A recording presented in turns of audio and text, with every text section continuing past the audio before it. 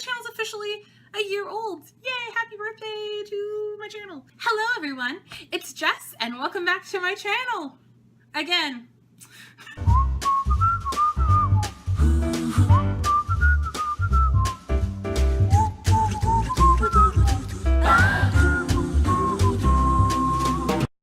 I feel like every time I make a video, I'm like, I've been gone forever, but this time I've actually been gone forever. Like since April, I haven't made a video, I think. So I'm so sorry about that, but also life happens. And yeah, maybe I'll make a video about it sometime. I have filmed videos since then, but I haven't either had content I enjoyed or had time to edit it and post it. I have a June wrap up sitting in my phone waiting to be edited and posted. So if you guys want to see my June wrap up, like, you know, at the end of July, like it is now, then let me know. Anyways, today I'm doing my BookTubeathon TBR. BookTubeathon is very special to me because this is when I started my channel last year. So my channel is a year old as of Wednesday. So BookTubeathon is very important to me for that reason. And it also is just great to be able to get to know what everyone else is reading and see everyone's challenge videos and all of that. It's just a great time to be a part of this community. If you guys don't know, BookTubeathon was started by Ariel Bisset. She has an awesome channel, which I will link down below, as well as the BookTubeathon channel, which you can go check out for all the information on BookTubeathon. Basically, it's a week-long readathon, and you also have video challenges, Instagram challenges, reading challenges, Twitter challenges, and giveaways, and all this crazy stuff. So there's a lot of cool stuff going on. So this is my TBR video where I'm going to be telling you what I'm going to be reading and how those fit into the challenges. I also plan on doing all the challenge videos and daily vlogs. We'll see if I get all that done, but that's my goal. I want this to kind of springboard me back into filming. So there are 7 challenges for the BookTubeathon this year. I think she does 7 challenges every single year. One of those challenges is to read 7 books.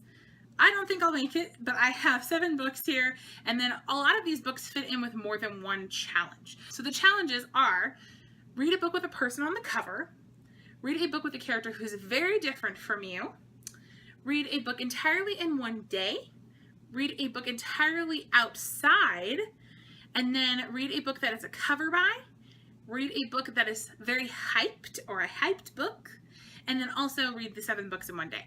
Not one day, 1 week. Whoa, that's a lot. Read 7 books in the week. So let's just get started right into the TBR because I would love to post this before it hits midnight so I can start reading. Maybe. Okay guys, a lot of you may know that I love Christmas, but not a lot of you may know that I do Christmas in July. So when I was a kid, they had the Christmas in July specials on Disney and Cartoon Network and all that, and I just loved the idea of having Christmas twice a year. So I just started listening to Christmas music every July, like on the 24th and 25th especially. And so as I've gotten older, that's become like a roommate thing that we do. And so I love reading something that's Christmas related every July. So my first pick for this BookTubeathon is The Life and Adventures of Santa Claus by L. Frank Baum. If you don't know, L. Frank Baum wrote The Wizard of Oz and all of those books.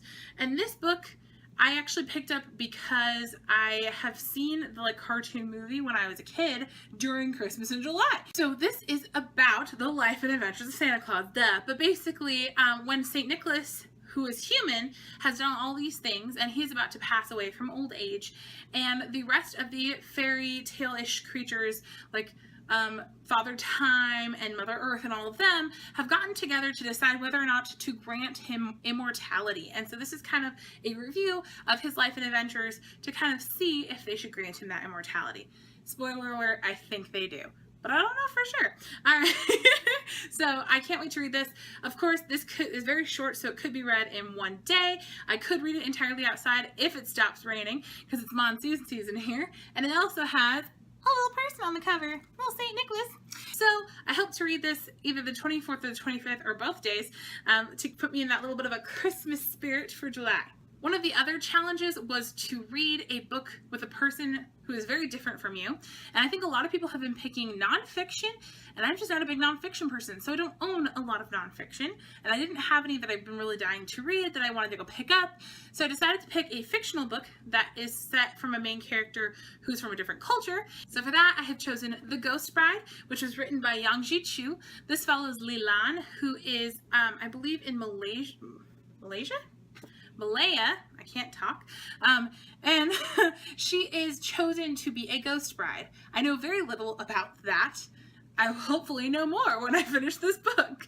But it is, I believe, in kind of like that ancient China. I don't know exactly the time period that it is set in, but it is written by a Chinese author. So I'm super excited to read it and get that perspective, as well as this was a cover buy for me because I saw this cover and thought it was absolutely gorgeous and I had to have it. And then I perused the first chapter and it was like super interesting. So I'm very excited to get to it. It's a bit long for me for a readathon, but I hopefully we'll get through it, and I thought it was perfect for the challenge. Ooh, moving my camera.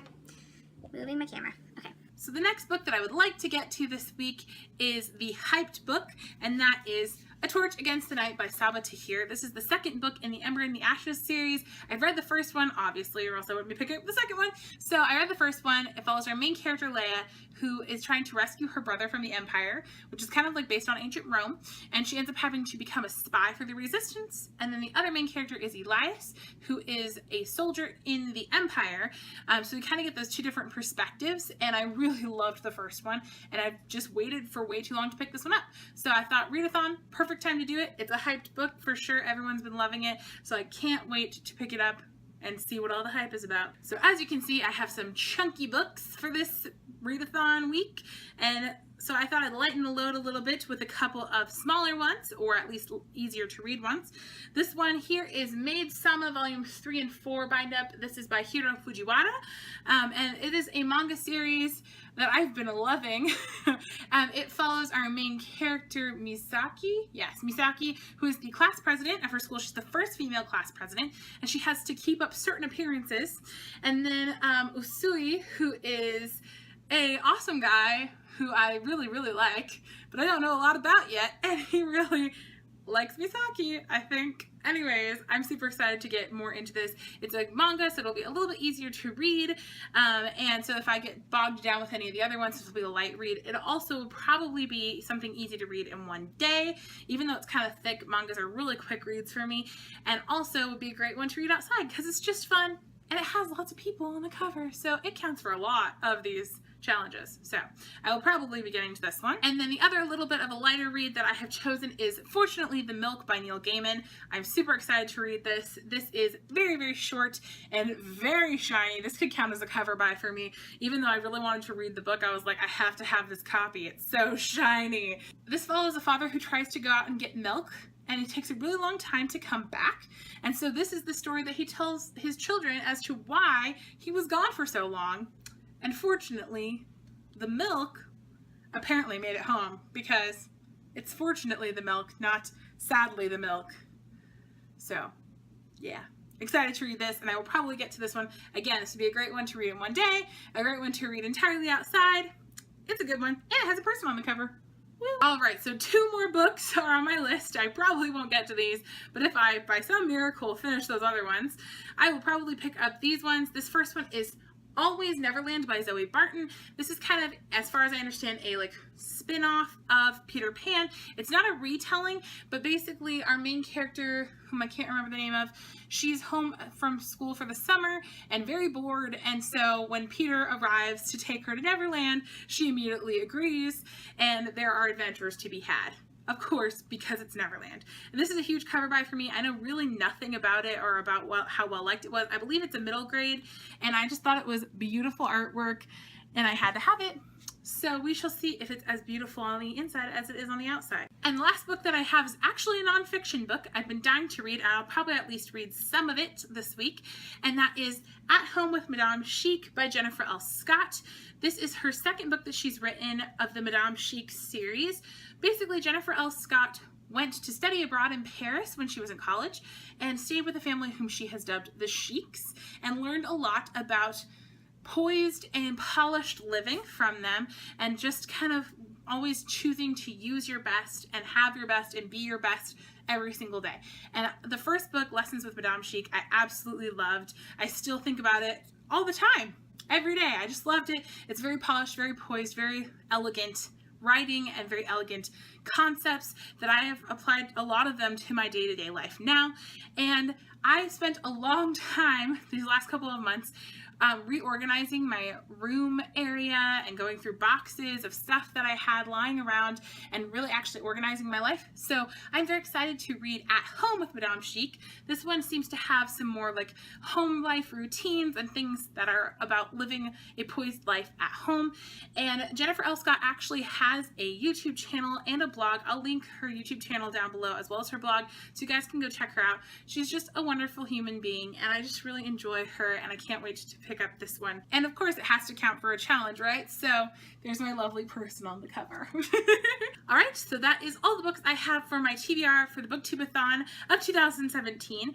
I hope that you guys are all having a wonderful July. Tell me what you guys are reading this week in the comments down below. And if you've read any of these books before, or if you're reading any of these books this week, let me know. I'm super excited, and I'll see you all soon with another video. Maybe a challenge video, maybe a vlog, who knows? All right, bye.